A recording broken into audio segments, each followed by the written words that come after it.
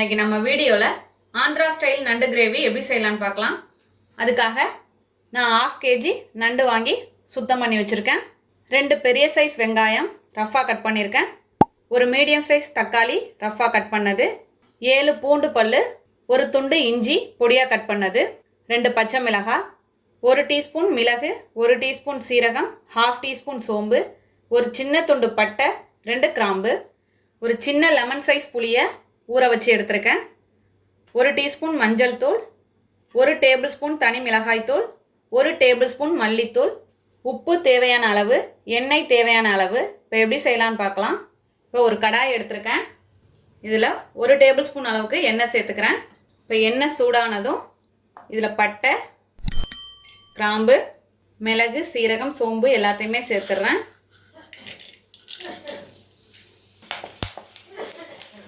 இப்போ மிளகு பொரிஞ்சிடுச்சு.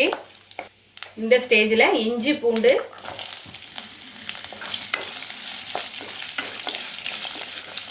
அதோட பெரிய வெங்காயம்,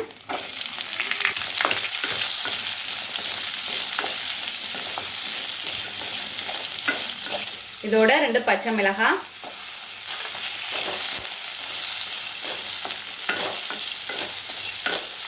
இப்போ வெங்காயம் ஓரளவு வதங்கினதும் தக்காளி சேர்த்துடலாம்.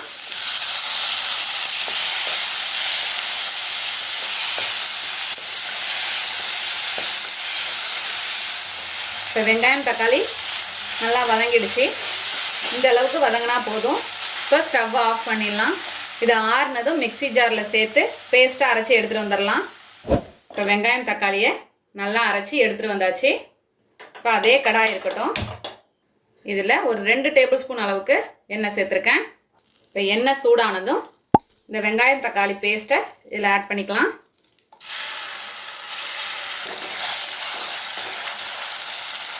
இப்போ இதில் மசாலாலாம் சேர்த்துடலாம். மஞ்சள் தூள், மிளகாய் தூள், மல்லித்தூள் எல்லாம் சேர்த்துட்டு நல்லா மிக்ஸ் பண்ணிக்கலாம்.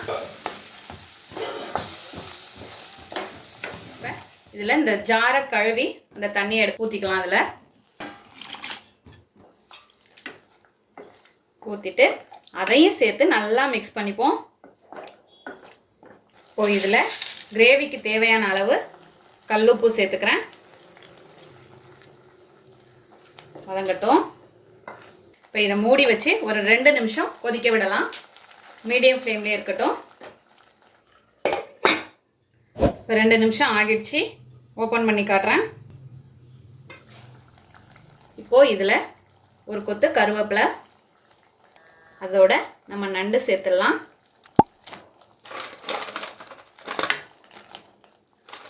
இப்போ நண்டு சேர்த்ததும் அதை சேர்த்து கலந்துக்குவோம்.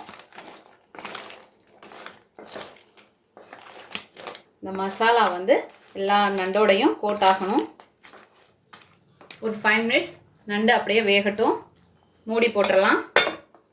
இப்போது 5 மினிட்ஸ் ஆகிடுச்சு. ஓப்பன் பண்ணி பார்க்கலாம். இதில் நம்ம புளி தண்ணி இதில் சேர்த்துக்க போகிறோம். எல்லாம் சேர்த்து நல்லா மிக்ஸ் பண்ணிக்கலாம்.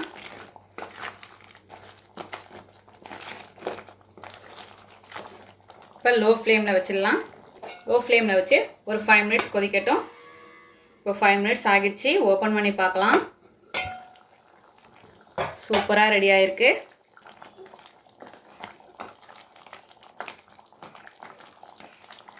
இப்போ க்ளோஸ் பண்ணிவிட்டு ஸ்டவ்வை ஆஃப் பண்ணிடலாம். ஒரு 10 மினிட்ஸ் அப்படியே இருக்கட்டும். அப்புறம் ஓப்பன் பண்ணி காட்டுறேன்.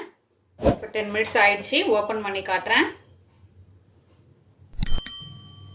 கொஞ்சமாக கொத்தமல்லி தழை கார்னிஷிங்க்கு. நம்மளோட அருமையான அற்புதமான ஆந்திரா ஸ்டைல் நண்டு கிரேவி தயாராகிடுச்சு. இதே போல் நீங்களும் உங்கள் வீட்டில் செஞ்சு பார்த்துட்டு எப்படி வந்துச்சுன்னு கமெண்ட்டில் சொல்லுங்கள். தேங்க்யூ.